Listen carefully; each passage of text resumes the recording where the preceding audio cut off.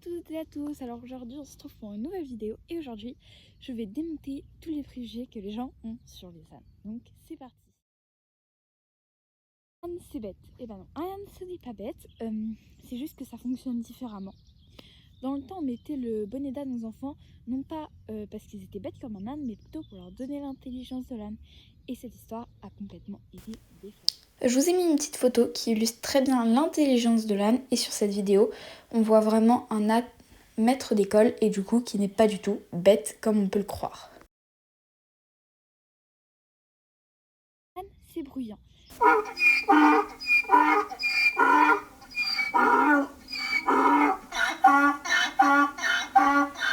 Alors, je peux pas dire qu'un âne ce n'est pas bruyant. Quand ça braie, c'est vrai que ça braie très fort. Mais sinon, on les entend pas plus que ça si on répond à tous leurs besoins vitaux. Un âne, ça va braire généralement pour deux raisons. Enfin, trois, on va dire. Déjà, quand il y a un problème, quand ils ont faim ou quand ils ont besoin de compagnie.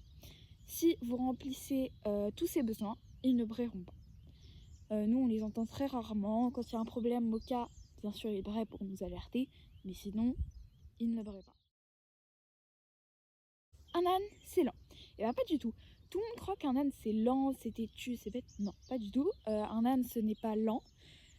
C'est juste que, contrairement aux chevaux, le cheval, il va pouvoir courir des kilomètres et des kilomètres, parce que dans la nature, pour lui, quand il voit un prédateur, il se met à courir. L'âne, il va plutôt affronter le prédateur et pas fuir directement. Donc c'est pour ça aussi qu'on dit que l'âne c'est lent, mais ce n'est pas lent. Parce que moi, Moka par exemple, il a peur d'un truc, c'est un ballon orange. Dès que vous lui mettez sous le nez, là, je peux vous dire qu'il trace, hein, il part très vite en courant. Donc croyez pas ce que vous disent les gens. Pour ça,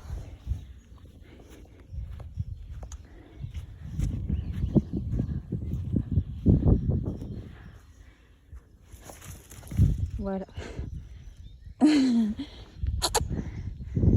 Moka!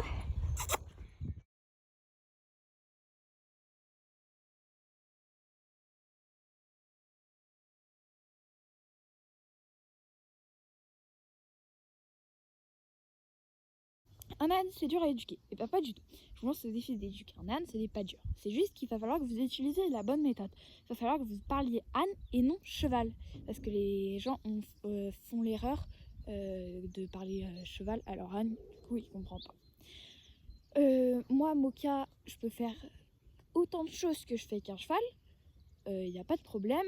J'ai dû mettre du temps parce que je faisais partie des gens qui utilisaient une méthode cheval, mais depuis que je fais à ma manière, à la manière de Moka, et bah ça marche beaucoup mieux. Donc je vous invite vraiment à parfaire les erreurs, plutôt de comprendre ce qui se passe derrière la tête de votre âne et non derrière la tête d'un cheval.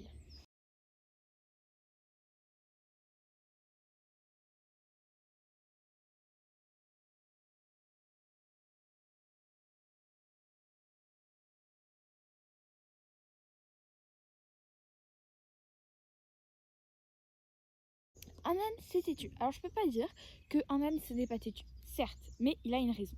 L'âne, il est têtu parce que lui, quand tu vas lui demander quelque chose, il va avoir ce temps de réflexion. Il va se dire, pourquoi elle me demande ça? Pourquoi je devrais le faire? Alors que contrairement à d'autres animaux, tu vas leur demander, ils vont le faire instinctivement. Sauf que l'âne, il va se poser ce temps de réflexion qui va faire dire aux gens que l'âne est têtu.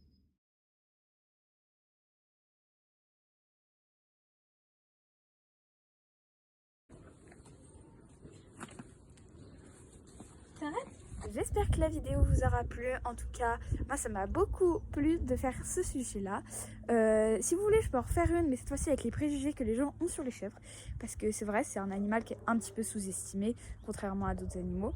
Et du coup, j'espère que la vidéo vous aura plu et à la prochaine. Je tenais aussi à rajouter qu'il y a un livre qui est super bien illustré pour ça, pour vraiment comprendre l'âne. C'est Mémoire d'un âne, donc c'est un livre que j'ai et qui franchement me tient beaucoup à cœur, qui me plaît beaucoup et je vous invite vraiment à le lire si vous êtes passionné d'âne comme moi.